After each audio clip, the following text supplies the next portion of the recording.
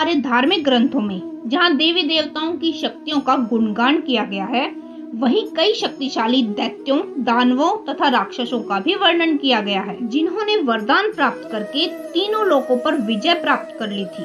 परंतु आज की वीडियो में हम ऐसे राक्षसों की चर्चा करेंगे जो बिना किसी वरदान के ही इतने शक्तिशाली थे, जिन्हें हराना देवताओं के भी वश में नहीं था। ब्रह्मा, विष्णु, महेश भी जिनकी शक्तियों से अचंभित थे, उन्हें भी उन राक्षसों को हराने के लिए बहुत सा संघर्ष करना पड़ा था।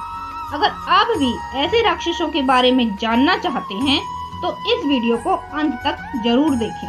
तो नमस्कार दोस्तों, आपका एक बार फिर से हमारे YouTube चैनल डिवाइन स्टोरीज पर तहे दिल से स्वागत है। वृत्रासुर इस राक्षस का उल्लेख हमें महाभारत के शांति पर्व के अध्याय 281 और ऋग्वेद में मिलता है। महाभारत के अनुसार एक बार देवराज इंद्र ने वृत्रासुर से युद्ध करके उसे मारा था।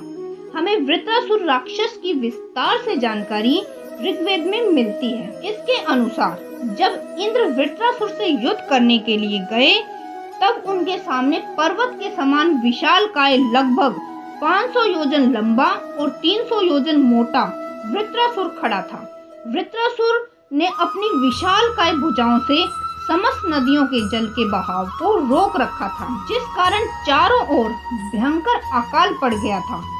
इंद्र को उसे मारने के लिए अपने वज्र का उपयोग करना पड़ा था। ऋग्वेद के अनुसार वृत्रासुर बिना किसी वरदान के ही बहुत शक्तिशाली था। हिरण्यकश्यप के बारे में तो आप सभी जानते हैं, जिसका वध भगवान विष्णु ने नरसिंह रूप लेकर किया था। हिरण्यकश्यप का छोटा भाई था, जो बिना किसी वरदान के ही बहुत शक्तिशाली था। हिरण्याक्ष ने संपूर्ण ब्रह्मांड में हाहाकार मचा दिया था। वह तीनों लोकों में घूमता रहता था। उसने देवताओं को परास्त कर स्वर्ग लोक को अपने अधीन कर लिया था। समस्त देवतागण उससे डरकर स्वर्ग छोड़कर भाग गए थे। वह इतना बलशाली था कि उसने पृथ्वी को उठाकर रसातल में छुपा दिया था। उसने जल के देवता वरुण को भी युद्ध के लिए चुनौती दे डाली थी, परंतु वरुण देव उसे टालते हुए कहने लगे, तुम्हारे बल का सामना केवल भगवान विष्णु ही कर सकते हैं। फिर अंत में भगवान विष्णु ने वाराह अवतार लेकर हिरण्याक्ष का वध किया था। कुंभकर्ण रावण का छोटा भाई था। हिरण्याक्ष ही अपने अगले जन्म में कुंभकर्ण के रूप में जन्मा था। वह अपने पूर्व जन्म के समान ही शक्तिशाली और पर्वत के समान विशालकाय था। जब कुंभकर्ण का जन्म हुआ, तभी उसने भूख से व्याकुल होकर कई जीवों को खा लिया था। जब इंद्र से कुंभकर्ण का युद्ध हुआ, तब उसने इंद्र के हाथी ऐरावत का दांत उखाड़कर इंद्र के सीने में मारकर उसे घायल कर दिया था। उस पर इंद्र के वज्र का भी कोई प्रभाव नहीं पड़ रहा था। इंद्र के साथ साथ कुंभकर्ण ने यमराज, समस्त देवताओं और गंधर्वों को भी युद्ध में हरा दिया था।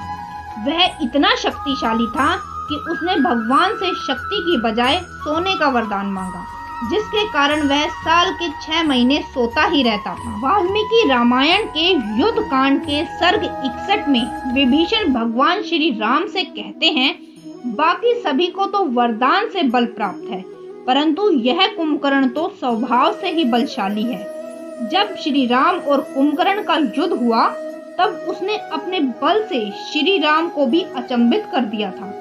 अंत में भगवान श्री राम को 4 दिव्य अस्त्रों से उस पर प्रहार करना पड़ा था। जालंधर का वर्णन हमें शिव पुराण में मिलता है। शिव पुराण के अनुसार एक बार भगवान शिव की तीसरी आंख से निकली तीव्र क्रोध की ज्वाला को समुद्र में डालना पड़ा था। जब वह क्रोध की ज्वाला समुद्र में डाली, तब उस ज्वाला से एक शिशु का जन्म हुआ, जो उत्पन्न होते ही जोर जोर से रोने लगा, जिसके रोने की आवाज से समस्त संसार भयभीत हो गया। उसके रोने की आवाज सुनकर जब ब्रह्मा जी उसे देखने गए, तब उसने ब्रह्मा जी के गले में ही हाथ डालकर गले को जोर से दबा दिया, जिस कारण ब्रह्मा जी की आंखों से आंसू आ गए। तब ब्रह्मा जी ने कहा कि जिसने मेरी आंखों से आंसू निकाल दिए, आज से उसका नाम जालंधर होगा। उत्पन्न होते ही जो युवा हो गया, इसलिए यह बालक महापराक्रमी, महायोद्धा और युद्ध में सदैव विजयी रहेगा। कोई देवता या कोई मनुष्य इसको परास्त नहीं कर सकेंगे और यह बालक दैत्यों का अधिपति होगा। इसका अंत केवल भगवान शंकर ही कर सकेंगे। वह इतना शक्तिशाली था कि जब भगवान विष्णु ने उस पर कामोद की गदा चलाई तो वह उस गदा का प्रहार भी सह गया। यही नहीं, उसने एक बार द्रोणागिरी पर्वत को उखाड़कर समुद्र में फेंक दिया था। उसने सभी देवताओं को हराकर तीनों लोकों को अपने अधीन कर लिया था। अंत में उसने कैलाश पर्वत भगवान शिव के निवास स्थान पर आक्रमण कर दिया। फिर भगवान शिव ने उसके साथ भयंकर युद्ध लड़ा जिसमें वह मारा गया। मधु और कैटभ। महाभारत और रामायण के अनुसार मधु और कैटभ बिना किसी वरदान के ही बहुत शक्तिशाली थे। रामायण के उत्तरकांड के सर्ग 59 और 104 के अनुसार एक बार काल ऋषि का भेष बनाकर श्री राम जी से मिलने आए। तब वह बोले कि मुझे ब्रह्मा जी ने आपके पास यह संदेश देकर भेजा है कि आपने जन कल्याण के लिए जो मृत्यु लोक का समय मांगा था वह समय अब पूरा हो गया है। उसने कहा, आप जब समुद्र में सोए थे तब आपकी ही नाभि से ब्रह्मा जी की उत्पत्ति हुई थी। उस समय आपने 2 और महाबली जीवों को उत्पन्न किया था जो आपके ही कान के मैल से उत्पन्न हुए थे। उन दोनों के नाम मधु और कैटभ थे। वे दोनों बहुत ही पराक्रमी, भयंकर और शक्तिशाली थे।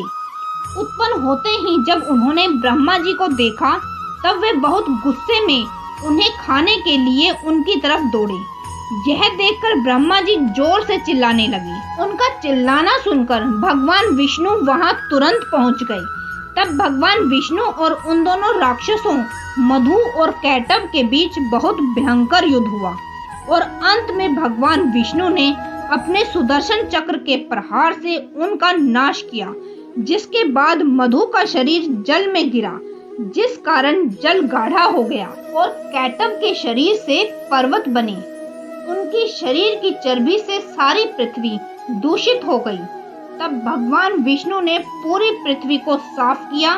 फिर भगवान विष्णु ने पूरी पृथ्वी को वृक्षों से भर दिया। महाभारत के शांति पर्व अध्याय 347 में मधु और कैटभ की उत्पत्ति का जिक्र भी समान ही किया गया है। महाभारत के अनुसार वे इतने शक्तिशाली थे कि उन्होंने ब्रह्मा जी से वेद छीनकर रसातल में फेंक दिए थे। अंत में भगवान विष्णु ने उन्हें मारकर वेद पुनः ब्रह्मा जी को लौटा दिए थे।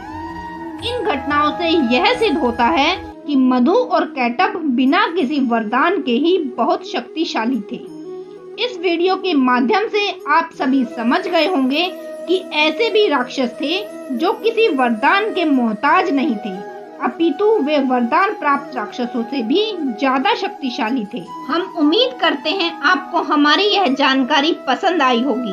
अगर आपको हमारी यह वीडियो पसंद आई हो तो वीडियो को एक लाइक करना न भूलें और इसी प्रकार की ज्ञानवर्धक वीडियो को देखने के लिए हमारे YouTube चैनल डिवाइन स्टोरीज को सब्सक्राइब करना न भूलें। तो मिलते हैं इसी प्रकार की एक और वीडियो में, तब तक के लिए धन्यवाद।